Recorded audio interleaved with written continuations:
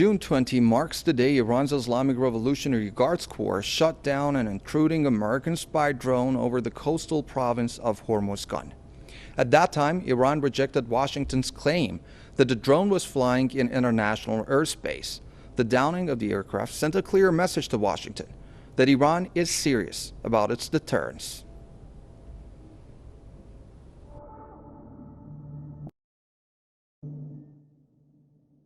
Back in June 2019, Iran shot down an intruding RQ-4A Global Hawk unmanned reconnaissance aircraft with surface-to-air missiles over the coastal province of Hormozgan.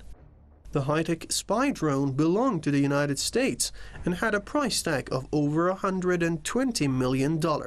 Americans claimed that the drone was flying in international airspace when hit. However, Iranian Foreign Minister Mohammad Javad Zarif dismissed the claim and later in the day announced that Iran had located parts of the drone in its territorial waters. The downing of the American spy drone sent a strong message to Washington. It signaled that Iran's deterrence power is way higher than Americans' expectation and will not be bullied by any country, even the US. Any intrusion on its soil and airspace will be met harshly. They are its red lines.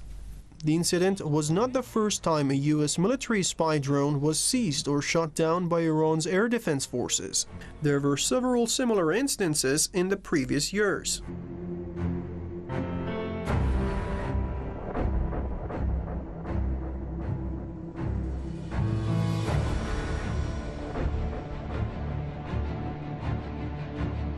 Washington, which found its image damaged by the incident, threatened Tehran with a military attack.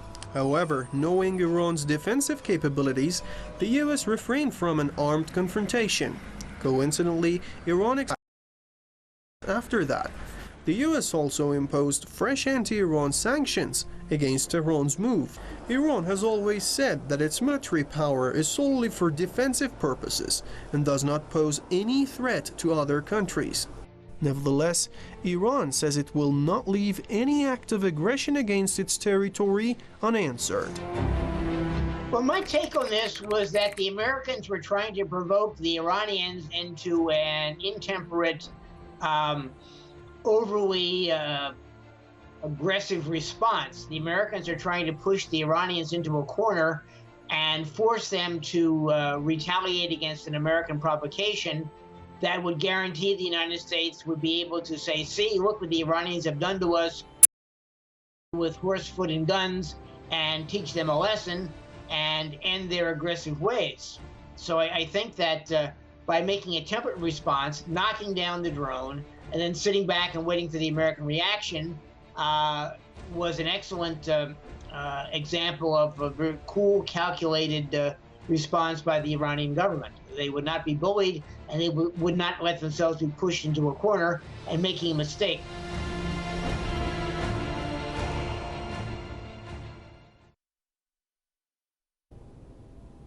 Another incident which showed Iran's might against the US is when it launched a barrage of missiles at Ain al-Assad military base in Iraq after Lieutenant General Qasem Soleimani was assassinated near Baghdad airport.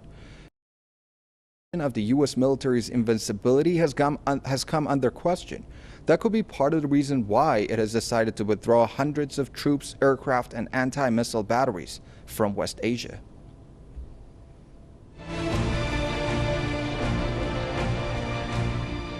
On January 3rd last year, top Iranian General Qasem Soleimani and Iraqi commander Abu Mahdi al-Muhandis were assassinated in a U.S. drone strike. 5 days later, Iran retaliated by firing dozens of missiles at Ain al-Assad airbase in Al-Anbar Governorate, western Iraq, declaring that the attacks were part of its promised tough revenge for the assassination.